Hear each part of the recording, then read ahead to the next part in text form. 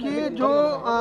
فاروق صاحب ہیں ان کو یاد دلا رہے ہیں کہ ہم یونٹی کی بات کر رہے ہیں، ہم صرف ڈویژنل سٹیٹس کی بات کر رہے ہیں اور ہم کوئی سپریشن کی بات نہیں کر رہے ہیں۔ اور انہوں نے یہ بھی کہا، اور جو ہم نے بھی سنا ہے، کہ آپ کے ایک ایم ایل اے جو ہیں وہ ڈویژنل سٹیٹس کے لیے ایک ریزولوشن بھی لا رہے ہیں اسمبلی میں۔ دیکھیے، میرے لیڈر اور قائد ڈاکٹر فاروق عبداللہ صاحب نے جب وہ بات کہہ دی،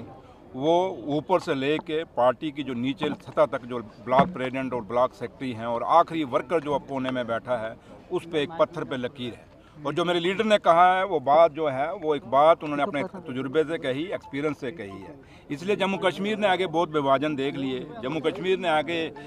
ان 11 سالوں میں بہت نقصان کھایا۔ پہلا نقصان تب کھایا جب بی جے پی اور پی ڈی پی کا الائنس ہوا، دوسرا نقصان تب کھایا جب پی ڈی پی نے مل کے پورا سہیوگ بی جے پی کو دیا اور اس جموں کشمیر کے حصے کرائے، جہاں لداخ الگ کرایا اور جموں کشمیر کا جو سٹیٹس تھا، جو مہاراجہ گلاب سنگھ نے اسٹیٹ کو بنایا تھا، جو مہاراجہ ہری سنگھ نے بنایا تھا، جو شیر کشمیر شیخ محمد اللہ صاحب نے اسٹیٹ کو بنایا تھا، اس اسٹیٹ کو توڑا اور آج ایک یوٹی بنا دیا۔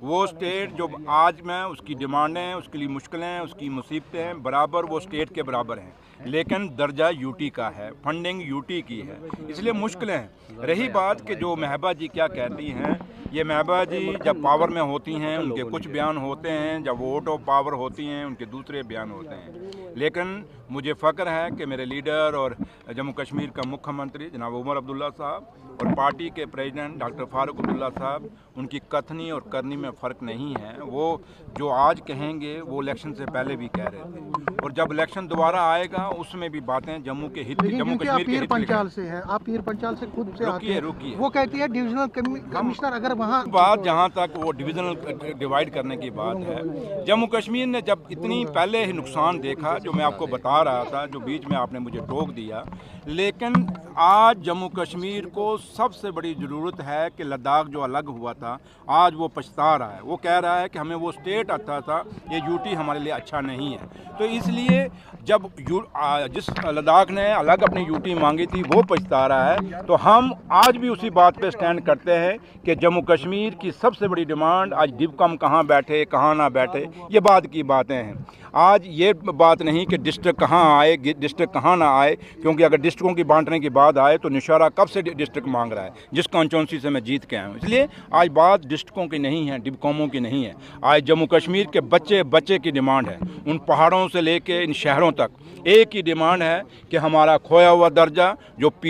بی جے پی اور پی ڈی پی نے ہم سے چھینا، وہ اسٹیٹ کا درجہ ہمیں بحال کیا جائے، ہماری زمینیں محفوظ کیا جائیں تاکہ باہر کے لوگ یہاں اپنے زمینیں نہ خرید سکیں، ہمارے بچوں کا روزگار محفوظ کیا جائے۔ آج کتنے لوگ باہر سے آ گئے ہیں جو یہاں جموں کشمیر میں اور خاص کر جموں کے اندر نوکریاں لے گئے۔ آپ انڈسٹری میں چلے جائیں، پالیسی یہ ہونی چاہیے تھی کہ 70% روزگار ہمارے بچوں کو ملنا چاہیے تھا، 30% باہر کو ملنا چاہیے تھا، ہوا الٹا کہ 70% باہر کے بچوں کو انڈسٹریوں میں نوکری لگی اور 30% خالی جموں کے آئے، جبکہ 28,000 کروڑ کا پیکیج آیا تھا۔ وہ پیکیج کس کو فائدہ ہونا چاہیے تھا؟ جموں کشمیر کی انڈسٹری کو فائدہ ہونا چاہیے تھا، جموں کشمیر کے بے روزگار بچے کو فائدہ ہونا چاہیے تھا۔ اس لیے مدعے آج ہو رہے ہیں، کیونکہ بچہ گھر بچہ بے روزگار ہے۔ اس باپ کو پوچھو، وہ جو باپ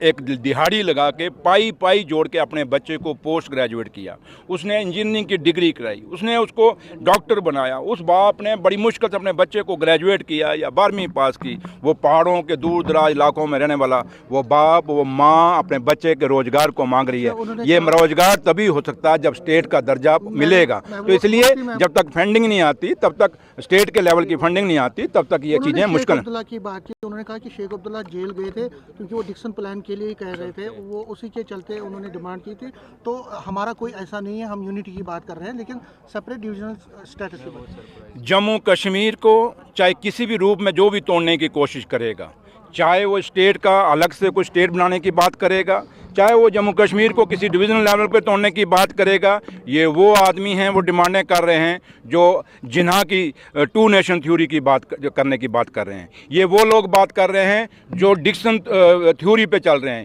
یہ وہ لوگ بات کر رہے ہیں جو پاکستان اور ISI نے جو اس کو آج 77 سال ہو گئے، قوالیوں سے لے کے آج تک ہمیشہ جموں کشمیر کو توڑنے کی بات پاکستان نے کی ہے۔ یہ وہ لوگ ہیں جو دوبارہ اس پاکستان کے جو ایک پالیسی ہے جموں کشمیر کو کمزور کرنے کی، توڑنے کی،